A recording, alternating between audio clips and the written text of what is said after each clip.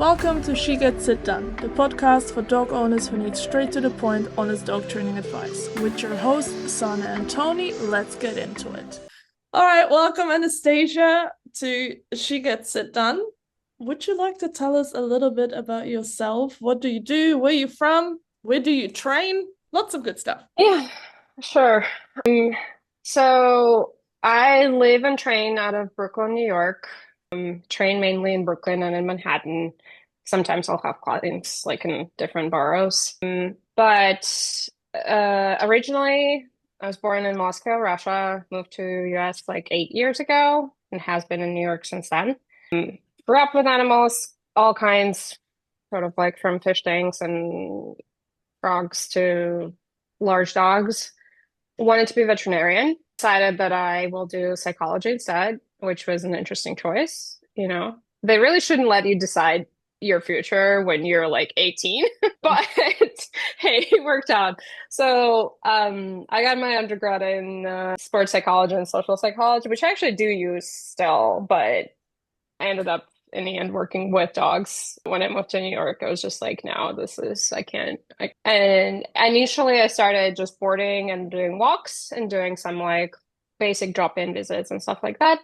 And then it kind of morphed into training more and more until I sort of became obsessed with training ideologists and like theories and all of that stuff, and was very much into listening to podcasts and watching Learberg videos. And then I ran into Tyler, and that's actually how we met, was Have we with all you met? guys. Yeah, yeah, yeah. But yeah, so I've been training since, I suppose, like maybe 2020-ish, like officially training. And yeah, now I have a field-bred lab. She's a knucklehead. Yeah. And I work mostly with pet dogs, but sometimes I'll get like a more higher drive dogs in the mix. Cool. Yeah. Do you find dog ownership is quite different in the States versus Russia? It is. Well, you got to also understand, like, I haven't been there in 8 years. Hmm. I still have friends that live there, but only one of them has a dog. It is definitely less common. Like, I think I looked up the statistics before we did the podcast, and it's something like 45% of US households have a dog, Mm. and something like 50% have a cat. So it's like much more common than, from my remembering, is like the family that I grew up in was a different situation, kind of an abnormal situation where we had a lot of animals. And the norm really in all of my friends and like everybody that I sort of ran into was maybe you get a fish tank, or like maybe you have a cat, and that's sort of it. So yeah, it is a lot different from what we see here now. Maybe it has changed. I don't know. Yeah. Haven't been there in a long time, but it feels like it's pretty different because, yeah, the It's amount gonna of money that people spend on dogs here is insane. I exactly. was gonna ask, so obviously I know you haven't been in Russia for a long time, but do you find the lifestyle that people have with their dogs is different from in like Russia? Like, is it less hustle and bustle, or is it kind of the same? Because I can imagine in Brooklyn it's very busy. Like, I can imagine there's lots of apartment dogs and everything. Do you think it Yeah. would be the same? Like, would it be a bit different to Russia, where it would be like more houses and more open areas, or? Yeah. So I actually grew up in an apartment. Moscow is like most of it is apartment buildings, but from my recollection, it's like essentially no leash laws are in place. So everybody just kind of walks their dog. Like, we had our 8 Yorkies on leashes because it was just insane to have 8 dogs off leash that were not trained, mind you. Like, it was not a shit show. But our large dog, Black Russian Terrier, she was always off leash, and she just was trained to like stop at the crosswalks and stuff like that. And from my recollection, majority of dogs that I ran into were off leash. We also had a lot of stray dogs. And yeah, lifestyle is pretty different because you just kind of you let dogs be dogs in the best way possible, but you also hold them to a standard, I suppose. Like it was not, I don't remember growing up and seeing reactive dogs, perhaps because they were not on leashes, that could Yeah. also be a thing. But I just don't remember there being like that issue. And if there was an aggressive, it was put down Yeah. immediately. It was just like, no, this is not acceptable. You cannot have this dog as a pet because it's a danger to society. Versus here, it's very much, yes, apartment dogs, but probably like every third apartment has a dog or every fourth apartment has a dog. And most of them are leashed. Very rare that I run into a dog that is off leash on the street. There are some weirdos that do that, but it's rare. Yeah. And then it's kind of less, there's a lot more tolerance, I guess, for different behaviors. Yeah. And I think, in the grand scheme of things, if we name it what it is, consumerism in the States, New Zealand, Australia, the UK these days is probably much higher around pets and dogs and the whole babying dogs than it probably is in a country like Russia. And I mean, I feel like even parts of Europe are less crazy dogs. Yeah. I lived in Germany for some time when I was in college, and that culture is also very different. Like it's I'm trying disclaimer, it was a long time ago, but I'm trying to think back when I was living in the Netherlands. Obviously, that's where I'm from. I mean, when I left, I cannot remember being like pajamas and like, oh, there is Halloween. Let's everyone get an outfit for the dog and let's do this and let's do Prime Day and what do we get for the dogs this time? Like that was definitely not a thing when I left, which is also about 10 years ago. And I also cannot remember growing up around reactive dogs. And dogs. I'm sure it is there because I'm on this Dutch forum about horses, but for some reason there's heaps talk to dogs because I grew up with horses, right? I've been on this since 2003. That's crazy, so long. And now I read more and more about reactivity on those forums as well. So I know it's present, but growing up, I didn't see that. And the same with the whole cultural around Malinois. Like, the UK, the US, Australia, New Zealand, they put this dog on this pedestal as the most almighty dog there is in the world. The Belgian Malinois or the Dutch Shepherd. Man, those are just dogs I grew up with. Right. Like people just you're like, it's just a random dog. Yeah, right. So I didn't know a Malinois was such a big deal until I moved out. Hello, Puma. Until I moved. I'm occupying this. She usually uses as a watching post. For people listening, my dog just jumped on the chair that I'm sitting in. It's like a reading chair with a big headrest. She just likes to look out the window. This is the stuff that dogs do in New York, I guess. The Malinois, thankfully, have not seen a lot of them in New York, but they're there. It's just like very specific demigration that gets them. They're very popular here. It's like a macho dog. It is. Whereas for me, like I'm on my Dutch forum and someone has like maybe a little bit of property, but not a lot because it's the Netherlands. And they're like, oh, I'm looking for a dog that's good outside, good inside, can go to the horses with me. And people are like, oh, have you thought about Dutch Shepherd or Malinois? Like here, people would be like, are you correct? It's like, well, this is just in the options. You probably wouldn't get like the super drivey police bred ones, but I suppose there is also more lines in those areas. Like I don't know the details of it. Right, probably. And you probably want more of like herding type than even necessarily you don't really need it to like go around the property and be like on guard from bad guys. It's Netherlands. But cultural difference. That is funny. I think it's also people play into the image of dogs that they have, right? So like I love John Wick movies. Oh yeah. They're questionable, but I love them. And when I think it was like the third, fourth movie that had two Malinois running Oh around, yeah, when they're in Morocco. and everybody just like that now we're gonna have an influx. And I think the rest of the country really got it in US, where like a lot of I people saw a ended up lot of getting trains. moths, and then they end shelters and it's just a shit show. So did that happen? But in the rest of the US, yeah, Huh? yeah. New York has been, I think, get excited about, like French bulldogs and stuff like that, or mini Australian shepherds, which are now recognized as miniature American shepherd. Which you guys don't even get them really. No. It's called Australian shepherd. It's actually been bred in California. We do have Aussie Shepherds, yeah. Not probably as popular here. We don't have miniature ones though. Oh no, we don't have miniature, no. That'd be so cute. Yeah. Actually, I'll be tempted for one because They're quite I've been on the perfect. lookout for a dog, right? And I want a Swedish Vallhund probably.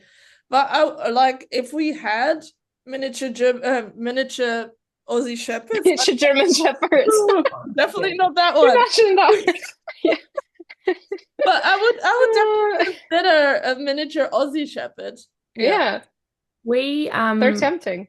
I think I don't know, this might have been a bit before you got here, Sana, but we had this trend of wire fox terriers because we had this lotto ad and they kind of based it on the movie Castaway with Tom Hanks with Winston the Ball.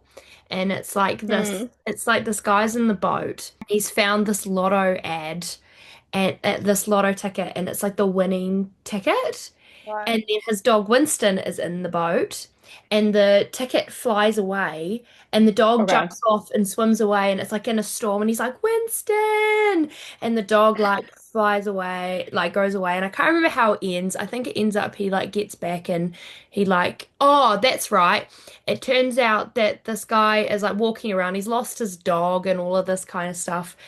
And then this car or something pulls up, and it's this rich person with this wire fox terrier Winston. So this Winston got the lotto ticket and then found another person, like made them rich. But Yeah. after that, there was this massive boom in this breed. Like I saw more of these wire fox terriers around after this ad. Crazy. Yeah. Again, it's like that trend, like where you see this breed of dog, and then everyone's like, "Oh my God, Yeah. that's a cool dog. Let's get them." Mhm. And then they're like, "Oh my God, this dog is really intense." Like Yeah. yeah. It's always Yeah. something to me, hey, how people watch a movie and apparently they're like, oh my God, I need a dog like that. Like I couldn't imagine that. I couldn't imagine watching something and go like, oh, I want that because I saw it in a movie. I guess I'm not that Mhm. insensible or something, but I don't know, like I've seen Hidalgo about 20 times, which is a horse movie with Viggo Mortensen. I would love to have a paint horse. Didn't just go buy one. No, you didn't say, "Oh, I'm just gonna go buy one." Yeah. There was that other movie. Yeah. I think there was another movie with Channing Tatum, and that was a big one with the Malinois as well. Because I never Mhm. watched Oh, that, yeah. but yeah, I think there was a big boom after that as well. Yeah. And then It's actually, Bluey. if I remember correctly, it's just like the dog essentially when that was producing John Wick, when they like sourced those two dogs, Mm. either one of the actors or one of the producers, someone on set kept one of the dogs basically so that they could like they really liked it and it was good in film. And I think that it might have been one of the sort of like the doubles in because it's actually four or five dogs in the Channing Tatum. Like it's insane to you're not gonna just one dog and like not have a double to replace the dog if it's having like an off day. So it's always multiple dogs that end up just being edited into sort of like one. Crazy, eh? But which is also why I can't really now watch movies with different dogs. I'm like, I constantly, it's like never the dog is like never looking at the owner. It's always looking kind of like slightly off Stop the center because it's movie looking at the funny. I trainer love behind dog the movies. camera. Yeah, yeah. It's like very, I'm like, oh yeah, all of the I haven't commercials that I noticed see that, now. and I don't want to notice No, that. I don't want I to want to notice live that. the fantasy of the dog and the owner being best buddies forever. Yeah, we have quite a few of commercials for different like allergy medications for humans and for dogs. And when I watch those, because you get most of the commercials that you get here are for medications. Yeah. And when I see those, I'm like, yeah, there's a trainer standing right behind that camera. I can see where the dog is looking. God damn it. Very much fourth wall broken instantly. Yeah, but to your point, I can't imagine getting a dog just because I Saw it somewhere. found it look like cool looking, or I met one of the breed and I decided that this is perfect for me. Yeah. And it's actually a problem for people here that I see a lot, where people get a dog based on idea of breed versus the reality, and then not understanding like the amount of time that they require and the amount of space that they also require. Huskies. Yeah, I mean, like Huskies, we have a lot of Rhodesian Ridgebacks, which I think a lot of US bred ones are sort of like leaning more and more towards being Great Danes, not in terms of size, but in terms of temperament, because they're not very much, they're not really high drive, I would Right. say. And like, they're kind of cautious about strangers, but also if you have food or if you have 5 minutes to spend with them, they're like, you're my best bud now. Which is upsetting, but it is a very popular breed here, to the point where like we have hangouts of them every weekend in our local park. Oh, And interesting. there's like, 12 of them and just standing in a circle. But a lot of people get dogs for a strange reason, It's like looks, or they met someone who has a dog of that breed and they decide, okay, this is the description of this dog, and what I'm seeing from this dog in 5 minutes is like great fit for my family. And then I come think in and I'm that's a like, worldwide problem, to be honest. yeah. But I feel like in a city like New York, that's just making things worse, right? Like a border collie in a city like New York is much harder to maintain than a border collie here where I live in Auckland. Yeah. And I don't live center Auckland. I live like outskirts. I live literally on the end of a peninsula surrounded by lots of green. And that's also kind of the reason why I wanted to do this episode, because over the last few weeks or months that we've been talking, I have realized that I've said so many things as a blanket rule, this is what you do with reactive dogs. And that you were like, well, that's cool, but you can't do that where I live. And I was like, fuck, I never thought about that because I'm never in that situation. Or, I would be, well, you just do this. I'm like, well, you cannot do that where I live. And it really opened my mind to, I really need to approach my online videos or my content a little bit more with, what would I do if every walk I had to go into an elevator with potentially another dog and I had to share the hallway? Like, there is no avoiding there. I cannot do it. Right? Yeah. Like, those things I never have to think about. I will just say, look out the window. If you see someone walking, wait a minute until they leave and then leave the house, But so that's kind of the reason I wanted to chat with you. Like, we wanted to have that conversation because it's cool to get that insight in people, city living, like proper city living. Like, name me a busier city than New York, Tokyo, but I don't know what that would also be mad. I bet people in Tokyo big dogs on the scale that Americans get big dogs. Like they get a lot of spits type of situations. But I think it's a very interesting, it's an interesting scenario to be put in when you're training a dog, where you're like, I just have to accept that unless I'm inside, I really cannot control the environment. And inside, I mean like inside my apartment, or inside like a property that I rented for whatever. particular reason. Because yeah, you can leave apartment and then boom, there's a kid on a bike, and boom, there's a person that is afraid of dogs. And you I think a lot of approach to like reactivity for everything really, like dogs or people or trucks or whatnot, is counter conditioning, and or at least what the 4-3 side of the globe tells us to do is counter condition. And I am really big into desensitization, because I think if you really make the dog realize that XYZ doesn't mean a shit to them, you don't have to change their perspective on things. Like, I don't need my dog to like other dogs. I just need her to tolerate them. That's fine. That's it. Like, I don't care if you have no friends, really, because it's really, we come to this like very much, we put dogs in unrealistic scenarios that nor like, so for example, conversation that I just had the other week with a client that has a puppy, and they're like, well, our vet is very much concerned that she's not meeting any dogs. The thing is, if we talk about like the rules of socialization, your dog should meet, I don't know, 10 people of this size and 10 people of that size and Mm. whatever, be on 10 different surfaces and meet 10 dogs. My dog meets 10 dogs, like my puppy, when I take it out the first day. We'll probably meet anywhere between 10 and 50 dogs. One Does it mean whole that I'm gonna need to have them interact with every one of those dogs? No.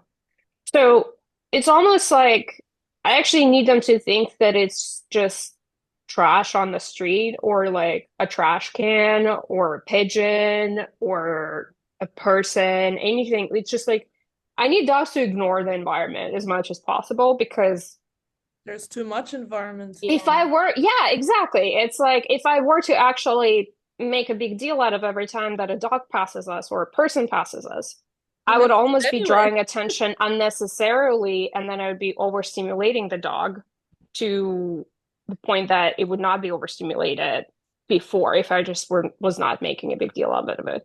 Mm. So it's a big it's kind of like accepting with activity specifically, it's accepting that they will have blow ups no matter what, because I can't control the environment. It's what I do before that blow up and what I do during it and what I do after it that is important. And then just like making sure that you basically, by successful approximation, you get those blow ups to be more and more rare. Mm. Because I could potentially tell my clients to not go outside at daylight and only take their dog out for 5-minute potty breaks with like freaking goggles that block out their vision and like headphones that block out their sound, which is actually one of the strategies that a force free trainer locally uses. But it's just not there. Nobody's gonna fucking do that. Like it's not realistic. It's not sustainable. Mm. Which So instant I'm like, yeah, I'm kind of like, you are gonna see triggers. It's gonna happen. Your dog will blow up. and it also makes me just realize one thing that most people here don't like, how you're like, even for the quick potty break, here dogs just go in the back. Yeah, you can't. Yeah, It's So gotta be every leashed. day Yeah. you have to do this reactive dog walk. Whereas for you hmm guys, it's like, what? How often It's do a you take your dog out to go toilet? Times? 3 times to 4, depending on like the day. That's not But too bad, to be those honest. are walks, basically, right? So like if a puppy, which is also getting a puppy in New York City and potty training it if you leave an apartment that is not on the first floor or you don't have a backyard, would never. I would probably do it again, but I would not do it again. Basically, it's a nightmare where you're like, okay, I'm just going to be going up and down these stairs or like waiting for an elevator. The amount of accidents that you have to clean up just because you didn't time it right, or Never even the thought elevator about was late or whatever, it's just not ideal. I can even Um, Sorry, I can even imagine how people have to cater their day to make sure that they're like, if they have to go into work, that they get back to let the dogs out to the toilet like every, like, I don't know, especially if they have a puppy that needs to go out regularly. Like here, it's not, I mean, obviously, Yeah. shouldn't be leaving for hours and hours and hours on end. But like, I can't imagine because my dog literally couldn't. I mean, I guess here, like, I don't give my dog access to the outside, but like, some people do here, like, they have a backyard where they're going out. I Like, used just even having that is bizarre to me. Like, I couldn't imagine having that. My dog couldn't just go out to the toilet or something if I Yeah, had like to. when I was still teaching, so I was gone from 8 till 5. We got Lennox at like 10 weeks. We would leave him in the backyard the whole day. Yeah. And he had Mm-hmm. carriage, so he could go inside and he could do like digging and grass, and he had lots of stuff to do. And eventually we did get him a walker twice a week. But that's like and I think I came home first 2 weeks for lunch because I worked really close by just to keep him a bit of company. But that was his puppy life. Oh, we're going to work now. See you at the end of the day, buddy. Here's Mm-hmm. the backyard. Yeah. Yeah. Which is not bad. It's Well, I like don't think you're so, but you're it's fine. tailoring to all of the needs of the dog. Mm. The sort of like problem in the city is you're just gonna have to either use the pads, which I I hate. don't like using pads, but there are cases where I'm like, yeah, it's the only option that we have, Mm. aside from a litter box, which they haven't really made properly sized litter boxes for big puppies yet. And anyway, Yeah. um, so yeah, every time you go outside, or every time your dog needs to go outside, they're on leash. And then you also go into, so I'm in Brooklyn, next to Prospect Park, which is like, if you think about New York, it has Central Park, and then Prospect Park is the second biggest park in New York. And both of those have off-leash hours in the morning and evening, where you can take the off-leash in specific areas of the park. But the rest of the day, they're supposed to be leashed, and they're always supposed to be leashed on streets. And there's also sort of like a law that they are only supposed to go on the side of the curb. So their bathroom area is essentially like very close to the street or in the street.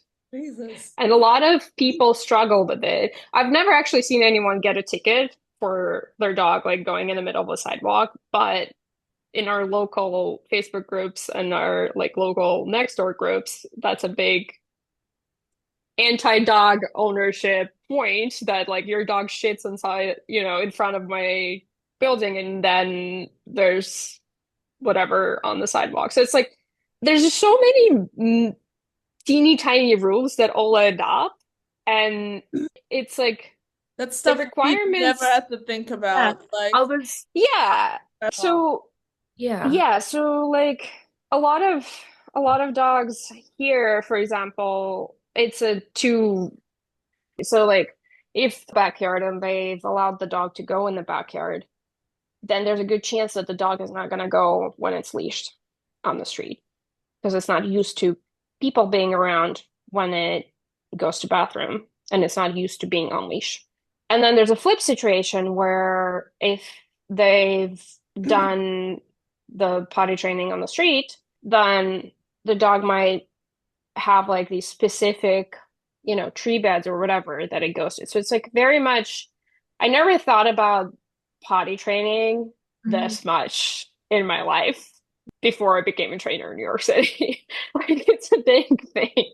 You are genuinely going to get requests for people being like, my dog will only go to the specific tree bed. And it's a problem because when we board it anywhere else, it's not, it's like holding it or it's going inside. Um, it's just like dogs having very strange preferences for bathroom, I yeah. suppose. That's like this is really interesting because I would never have.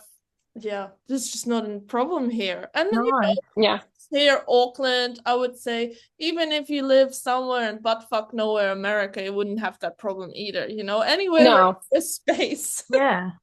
Yeah. I'm Yeah. even thinking like our normal footpaths. We all have grass Good. paths along the side. So dogs go to the toilet, they'll go to the toilet along there and they'll pick up their mess. Like if you're doing a street walk, there's plenty of grass that the dogs can go to the toilet on. And because everyone's like peeing along there and there's heaps of smells, like obviously Hmm. it kind of encourages Yeah. toileting along. So I never would have a problem with my dogs either going to the toilet in the backyard or off lead or along the if I wanted to do a street walk because like there's just all those smells and that's just what they all Yeah. do. But I'd Yeah. never even thought about that. So, what are some of the biggest or the most common issues you get as a New York dog trainer? Reactivity is pretty big. It's quite common. If it's a rescue dog, there's a 50-50% chance that it's either going to be hella reactive or it's going to be hella fearful. Over arousal, so kind of knucklehead behaviors like digging stuff at home or ripping up couch cushions and whatnot, jumping on people, stealing food, recall or like off-leash behavior, just because I do e-collar training, I also get a lot of clients with that because they know that I do that and I can sort of like provide that service. But I'm probably I think over arousal and reactivity that is either fear or aggression based are the main ones. I do love getting puppies though. Puppies are like clean slate that you can write anything on. So I love those. I love those cases when I get them. Or just like a young dog. But it and in terms of like why people run into those issues, overpopulation of dogs, right? So dog can handle passing 15, 20, 50 dogs on every walk. Yeah, that's Just temperamentally, which should not be forcing dogs that are not to that point. Like, I truly believe that every dog can pass another dog within 20 centimeters of them if the second dog is like, non-reactive, ignores it, whatever. But it's the question of how much pressure do I have to put on the dog if it's a dog that genuinely fucking hates other dogs, or is afraid of other dogs. So it's sort of like mismatch of temperament, not meant for the city, whether it's because they're too fearful to go outside and enjoy life, which are very sad cases, and usually are rescues, or it's dogs that are not meant for the city for sort of like an opposite reason because it overstimulates them. So like a lot of border collies or just herding breeds really struggle with that. And it's pretty common that when I talk to owners of those breeds, it's like, yeah, we had to significantly change our life to basically have a dog like that in the city, and we would not do this again. Because if you have a German Shepherd that is just doing its job and, is suspicious of strangers and kids on bikes and blah, blah, blah, it's normal, but it's not acceptable in the city, which also means that then you have limited walkers that you can trust to take that dog out, which then also means if you're not going to find those walkers or those borders when you go away for the dog to stay, then you have to sort of like switch the life around so that you can go back home and take the dog out, or you work from home, or you find ways to like travel with your dog. And it's just, or, which is also a very common thing for big dog owners, you're very limited in amount of apartments that you can move to, right? Because most buildings are either not dog friendly at all, or they have a limit at, I think, like 35 pounds, which is about like, I don't know, 12, 15 kilograms. Because it's just, they make too much noise when they walk. So like people downstairs will be upset with you, right? Like my dog's not allowed to go into high drive activity inside because she would make too much noise. She's 53 pounds, so maybe like 25-ish kilos. So it's just like you don't get a lot of options. people, yeah, it's really people getting dogs of that spectrum very quickly find out that I really do have to change my life and it's going to cost me a lot of money one way or another. And people that get dogs that are fearful, which are usually rescues, all of the extremely fearful cases, except for one that I had recently, have come from rescues, where a dog that has either lived in a shelter or was a stray dog is not used to the city life at all. And then they got transported to New York, adopted by a family that is well-meaning, but rescue just rescue really made a mistake bringing those dogs in this environment. And then the family's like trying to make the situation by hiring a trainer, and you end up working with those. I'm talking not just like, oh, my dog is afraid of bikes. It's like dogs that shit themselves when they go outside because they're terrified. Sorry. Do you find like a lot of these clients you are able to work through to help with the dog, or have you had to have some hard conversations with people where it's just like this is just not the right situation for this dog?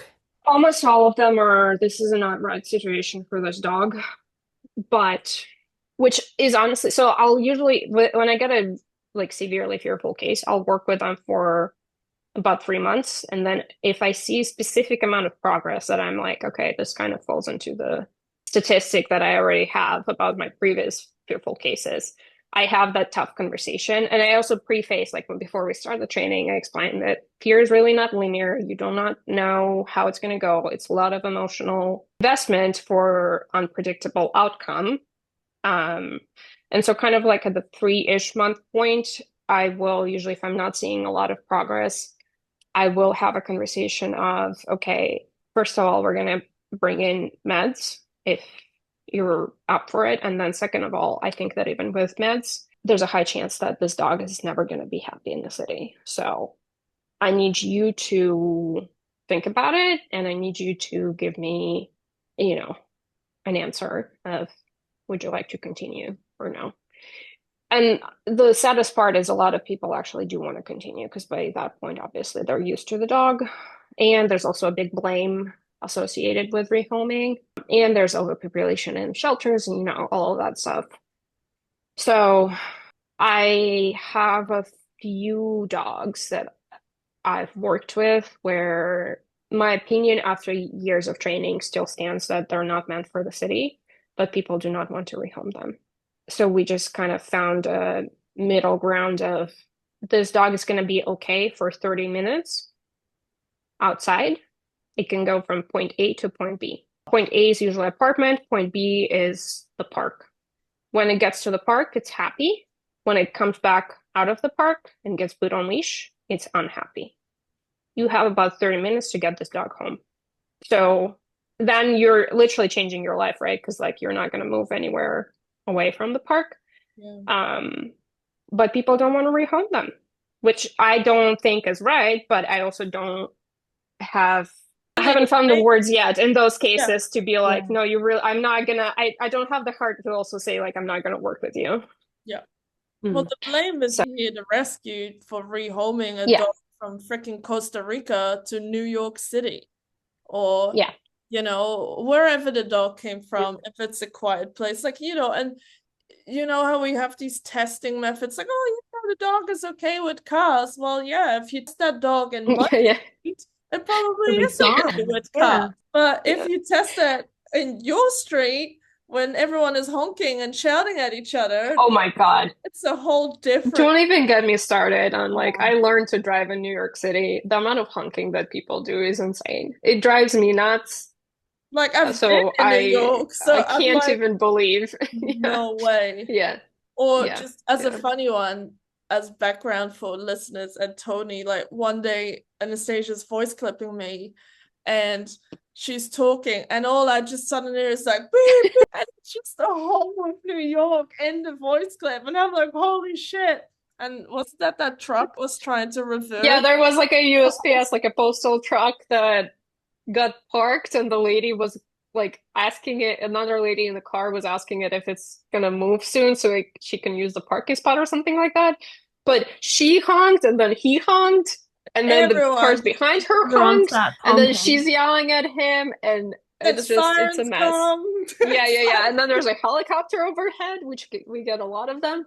I also live like across the main paths to LaGuardia and JFK, which are the airports.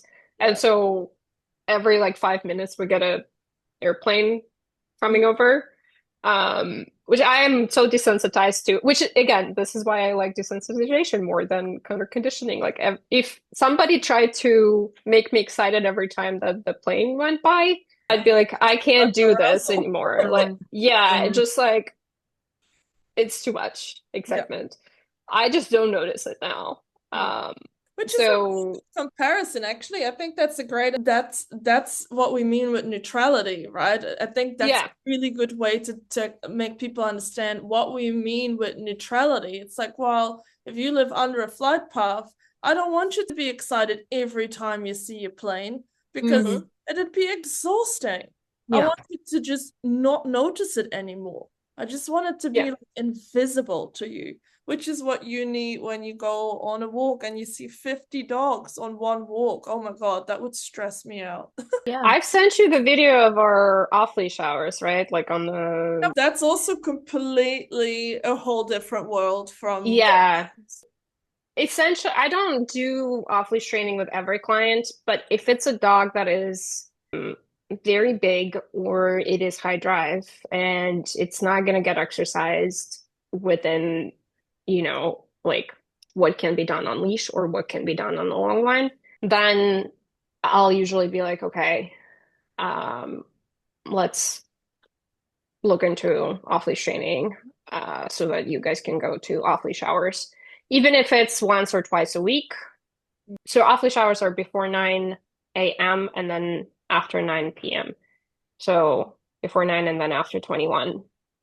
And nobody really goes in the evening because it's dark as hell unless, I show up. I'm like, if I'm not in bed, I'm like, all right, we'll roll out. It's fine. Yeah.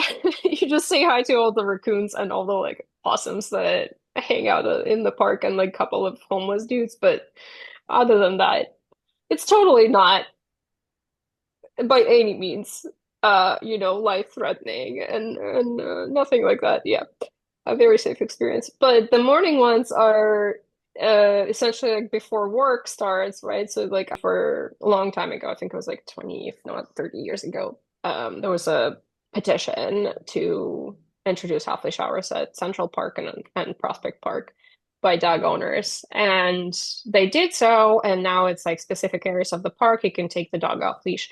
Technically, there are also rules about like you can't take, I say technically because it's written on the posts, but nobody really listens to it. Yeah.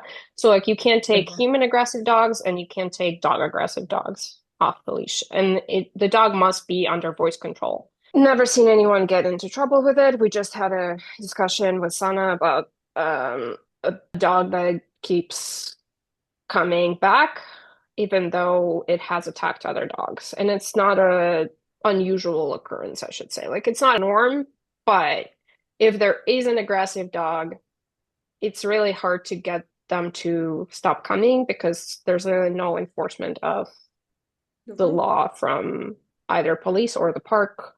So you kind of just have to shame people into not coming.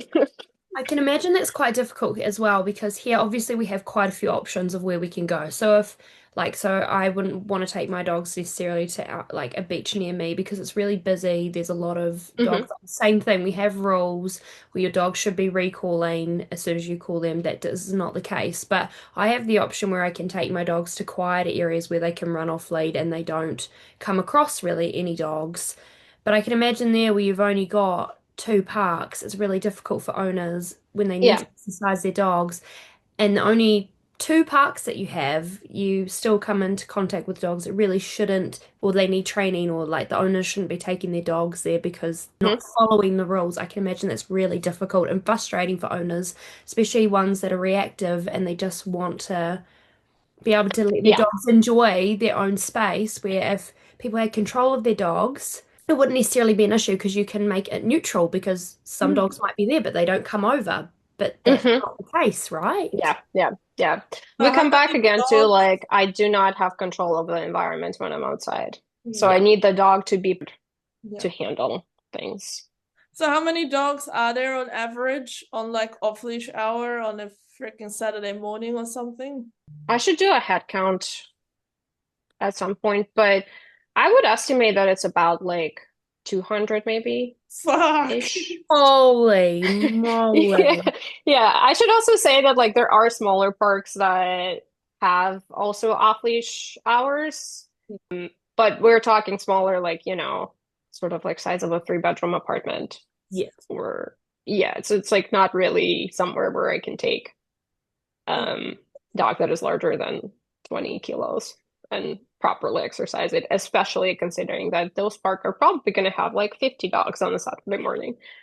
So yeah, so for off-leash stuff, I truly believe that the requirements for dog to be successful in New York City and not cause loss to the public or the owner high, that I personally would never get a dog that I didn't know the heritage of. So like as long as I'm in New York City, I will only get a bred dog, a purebred dog, because I have so many requirements for that dog to fit into that I want as least and predictable as possible to be like in the play. And so when we like talk about going to office hours in New York, for example, pretty common occurrence is, yeah, you're people with well-meaning dogs that are overly friendly and run up to other dogs when your dog has a ball, or when you reach into your training pouch and you pull out a treat. You're going to have like every dog that is around is likely going to turn around and run up to you, right? Because they're like, oh, food. And people reinforce that by actually giving treats to dogs that they don't know that run up to them, which is an issue that people think about. Like they'll ask sometimes, but they'll ask in terms of like, can it have chicken? Is it allergic? Like, is your dog allergic to chicken? Yeah. It's like, well, even if it's not allergic to chicken, maybe you shouldn't give food to dogs that you don't know. But culture is not that way. It's not Because it's meant well. Culturally, it's okay. Yeah. It's like, can I give it a treat? It's like, oh, you got a sweet dog. Give it a treat. Yeah. Not like, oh, Yeah. now I'm rewarding your dog for blowing you off. Yeah. Yes. Yeah.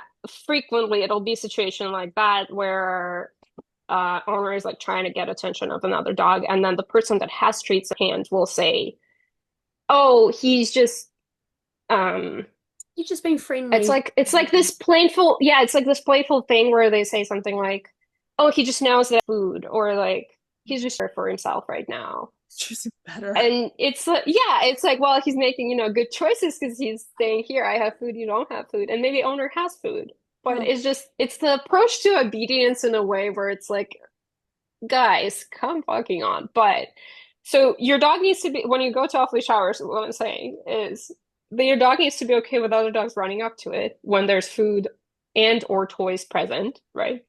Your dog needs to know that they do not go to, ideally, this is like my rules. They do not go to another dog that has a resource. They do not go towards a dog that is leashed. That includes long lines. And they do not, if there's a fight that breaks up, which there's going to be fights, but they're not really serious fights. It's just like kind of little just like arguments between dogs. If they hear that, they need to turn around and go to you, or just stop. They do not run to a big fight. And then also, if somebody is throwing ball, that ball is not thrown for them. And that's a point of contention that I have with a lot of owners here and a lot of clients actually, where that is a big issue. If I have a dog that is trained for off leash, they don't really care about the recall as much as they care for dog not going after inappropriate objects. So like trash and other dogs' poop, other dogs, or other dogs' toys. Because if you have a dog that can ignore all of those things, then you might not even necessarily need, right? Like if you can stop it from chasing a squirrel, or stop it from chasing a ball, or it doesn't chase balls that you haven't thrown at all. It's kind of, I call it like explaining to dogs how to act when they're off leash. So it's a lot of leave it when we're training for off leash. It's reinforced leave it more than I do for recall, because I want dogs again to be neutral to all of those things and know that no, I cannot. There's a raccoon that lands in front of me on the sidewalk. I can't chase it. And so most sort of like issues that you run at the off-leash hours with that amount of dogs and that amount of people is you just really have clashing personalities, right, of owners. Because you have owners like me who come to park for a specific reason to exercise and train their dog without getting a ticket. Because I will also, I'm gonna be honest, like I do go at hours when I'm not supposed to be off leash, and I do take her off leash in a specific area where there's not people around, basically. And I usually train. I don't just like let her run. It's my job to take her out. If I want to let her run in the like sort of like wood parts, blah blah blah hike, then it's my job to get up earlier and go there when it's legal.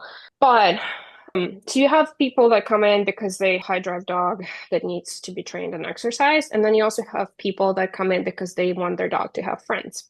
They want to just stand there and either talk on their phone, check their socials, talk to somebody else, and have their dog play with other dogs.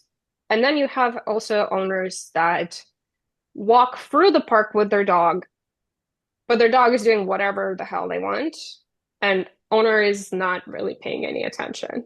And then you kind of have this like umbrella of issues that stems from, each one of those cases. So like if you take your dog to be trained and exercised, you have to realize that your dog is going to be in high drive.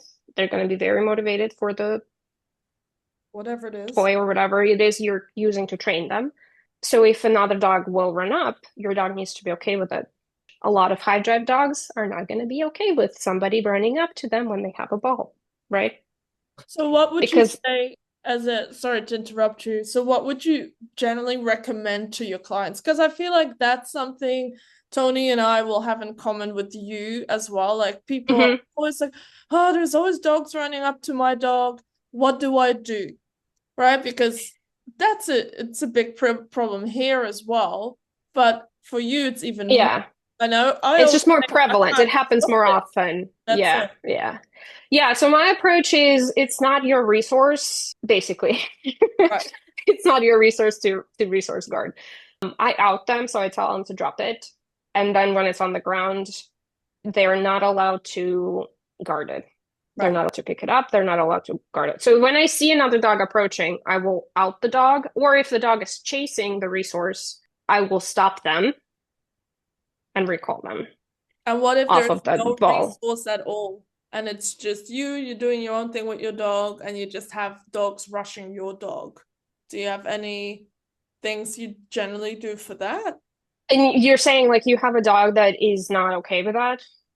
Yeah, Yeah, or you have maybe a like one puppy that's that you're kind of trying you're to working protect from a through. dog that's trying to bulldoze your dog, or you just have an Yeah. insecure dog. Because I feel like everyone has Hmm. that. I generally recommend using something like a doggy don't or spray the dog, or because I always say to people that's the one thing I can't stop because I Hmm. cannot control other dogs. Yeah.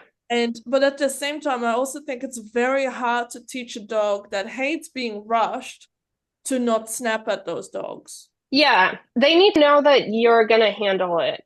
Hmm. Right? Similar to like if they have a resource, they need to know that it's not their job to address the dog that is approaching. It's your job. And their job is to wait for you to do it. But you also have to kind of be like on top of that trust that you're building with them and actually fulfill that. But if they don't have any resource, I will generally speaking try to put them in a sit stay, and then I will address the dog that is rushing them. If I don't have a sit stay that is solid enough, then I will just address another dog.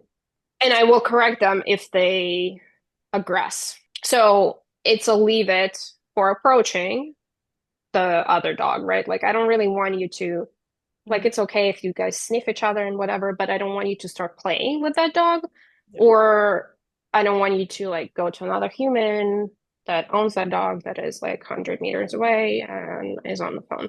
Yeah. So it's first command that I give to dogs is leave it. Yep. If we have a sit stay, then it's a sit stay. I think that sit stay is less demoralizing to dogs than a downstay. A lot of trainers will tell you to like put your dog in a downstay, and like that puts them in a really difficult position. I would not want to be on the ground when a stranger is approaching me. But so if we have that, then there's that, and then I just address another dog. You have to also be very mindful of how you address that other dog in my situation, because I can't really make a big scene. I'm a trainer. I want to maintain a positive public image as much as possible, even though sometimes I do yell at people that they're idiots. But it like so a lot of the stuff that I'll use is not doggy don't or spray bottle. It's like body pressure, and then I'll grab the collar. Right. It's kind of like tackling the dog and grabbing the collar. And then I'll just lead the dog to the owner and be like, hey, sorry, my dog is not very good with other dogs, or we're training, or, Yeah. because it's common that those dogs that are approaching are actually well-meaning, but Rude. I can't trust the owner to do anything about it, because if a dog that approaches other dogs, it's very likely that they are not going to be able to recall that dog. And so I think the main approach is to just teach dogs that you're in control of, that you're going to be the one handling it, and they're actually to and just wait for the situation to be over. Yeah. I also have my dog is intact, and so sometimes there will be sort of like situations where it's an intact male that runs up and she's not in heat, but he maybe never met an intact female in his life. And so he's just having a revelation over here. And the poor owner is like, God damn it, I've never trained for this, So you also kind of like, I try to have compassion as much as possible. If it's some idiot that is on this phone and is not making any attempts to get their dog back. Same. Yeah. I'm just gonna like get that dog the hell out of there, and I'm gonna talk to that person. If it's a well-meaning person, I might. You want your dog to come? That's next time you call That's them. what I do as well. No point to always be making a point, because accidents do happen. It's annoying. It does. And you need to have me in a good mood. It's like you gotta be neutral. You gotta be neutral idiots as much as possible if you want to survive as well. Neutrality is a big thing in the big city, ignoring things. But yeah, so like that's one thing. And then the bigger sort of like more common issue that we have is dogs stealing other dogs' toys and then just like running around with them, and the owner can't get them back. Right. Again, the training approach is you teach the dog to not go after resources that you didn't throw, you didn't approve of. And yes, they will know. You put 3 kids that are the same color and you have 3 dogs touch them, they will know which one they touched. They can. I'm yet to meet a dog that genuinely like doesn't know which ball is theirs. Yeah. Because they leave saliva on it, and like, guys, come on, they're amazing. They know, they can smell it. We can't, but they can. So when people tell me like, oh, I have a dog that goes after balls that other dogs have, I'm like, okay, we just need to teach it to not do that. And to only go after resources that the owner approved. Yeah, that's really interesting, because I don't think I've ever taught that to a dog in my life. Yeah, it's funny. Like, I'm good. I'm in a good position because I have a retriever that will go after a ball forever. So when I have a client like that, I'm like, Puma's gonna be having a day of her life. Puma's my dog, and she's gonna be running back and forth after 5 different balls, and your dog is not gonna be allowed to get any of them. And we're just working on a really solid leave it, like generalized leave it, where just because a ball is on the ground and maybe there's nobody around doesn't mean that you can just pick it up and run around with it.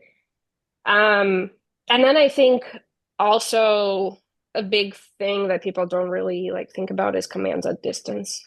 That's so like teaching sit at a distance, sit, stay. Because in situations where you can't get your dog away from something, but you can get them to stop progressing, and you can reach them by just walking, problem solved sort of. But It's a lot of owners that have dogs that will sit when, stars align. Yeah, I love that. But see, Like, you got my brain thinking. I'm like, oh, sit, stay at a distance. I've rarely practiced that Yeah, with no, I clients. don't know. I don't think, I actually saw a video the other day of this lady running with her border collies or whatever she was doing.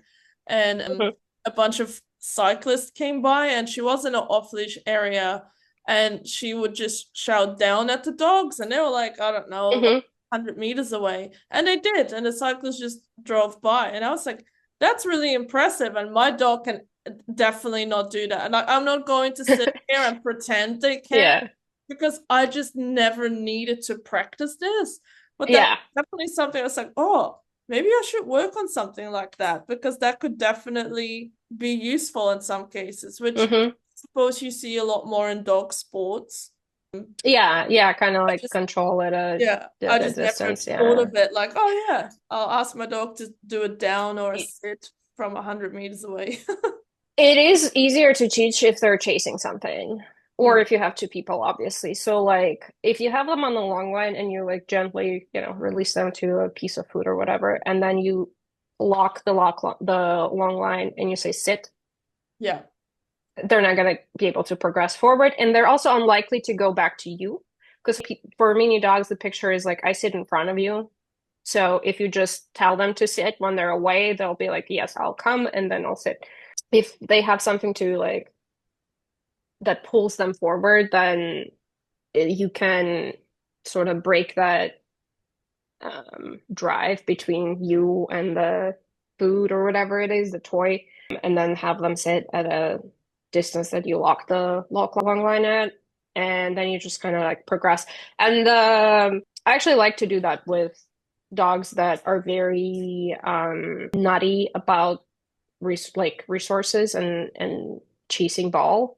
stopping them in mid chase again, because inevitably you're going to be in a situation where your dog is chasing something they're not supposed to chase. It's a squirrel, maybe it's a cat, Yeah. maybe it's another dog. And Simple I thing. find that it's easier to stop them than it is to recall them cold turkey. So I usually will stop them and then recall if needed, or I'll just approach and, but yeah, it's a, um, I think that like when I was training my dog, so my dog is 4 years old. When I was training her, I was very much like military style the first year. I'm not saying that I didn't use positive reinforcement, but I had incredibly high standards for her. And I think that the positive side of that is that it taught me just how much they can actually do. You put the time in and the sort of like effort in. But I also chose a dog that is very Willing to. keen on Yeah. learning and doing, and yeah. So like if you have a Shih Tzu and they don't want to do that because they don't even want to chase the ball in the first place, you know, Life looks very different. don't beat yourself up. You got a Shih Tzu. Like, yeah, it's not meant for maybe that Mm. type of activity. But yeah, so like that's probably like the two things in the off-leash scenarios is like don't go after other dogs' toys. Be okay with other dogs taking your toy. It Right. will happen. Nice.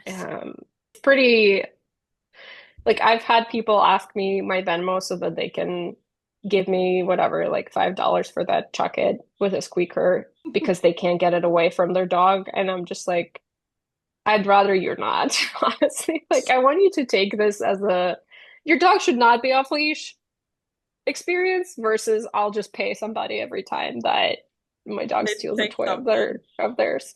Yeah, yeah. I had a lady like follow me for 40 minutes because she was trying to get the toy out of her dog.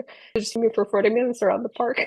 Oh my goodness. I was like, God damn it, I don't that dog the toy that much. Like just it's Keep fine. it. It's really it's yeah. Say, But again, like transfer me 150 and we'll do a training session instead. yes, exactly. Yeah. I'm like I'd rather you not spend $5 you actually spend like the money for multiple training sessions. Awesome. I thought this was really interesting getting a bit of insight on city living, city training. Now I have even things that I want to ask you, but it's getting already an hour, so we might have to save another time. And we haven't even Yeah. talked about Puma yet and your retrieving, so we should get you on The again. retrieving. Yeah. Because that might The retrieving. be Tony, do you have a lab? I do have a lab. She's Yeah. actually not very drivey for she actually really loves like tugging on things and stuff, Mm. but Yeah. retrieving actually not a massive one. She's a reject guide dog. Her big things are actually scenting. Hmm. She was rejected because she's Nice. too into smelling, which is fine. Like I can use of enrichment through scent work and stuff. But she Yeah. gets a lot of joy out of actually interacting with an object with me rather than it kind of like I'll throw it and she's like, oh, that's cool, kind of picks it up, but then it's not as exciting for her anymore. But Yeah. if we're like tugging together, she's like, oh my God, this is the best thing in the whole world. Yeah. Yeah. Yeah.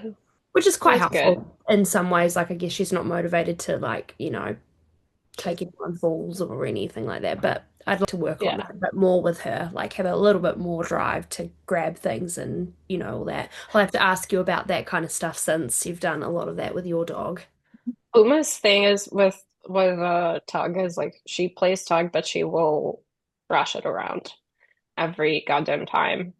And I had a wrist surgery on one wrist, and I have to have a wrist surgery on another wrist. And I'm just like, this is not a good way to play Not tug being when long term. you have injured wrists. Yeah, it is an interesting breed. I love labs. I'm They're biased. all very, they can become, sorry, I'm not wording them. They can be so different in what motivates, Hmm. right? So you can have ones Yeah, that just want to yeah. retrieve all day, and then you have some that, like Nova, that's completely different. All she wants to do is smell, investigate, food would override. Like I would struggle to teach her to pick up something if I had any food, Hmm. like even if it was the most basic, like even tiny bit of carrot, because the carrot's there, like even just holding something or playing with something that wouldn't matter to her. Food overrides everything. Yeah. Yeah. funny.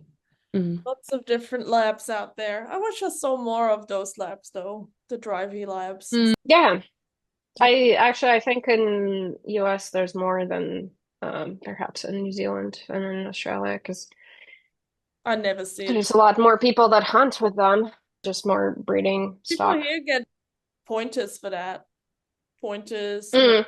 spaniels. I guess it makes sense. Like you guys have some ducks, but it's not a lot of Not a lot of pig hunting there's here. not a lot of need to like go in water or achieve stuff, and Pointer can do like most of the water as long as it's warm.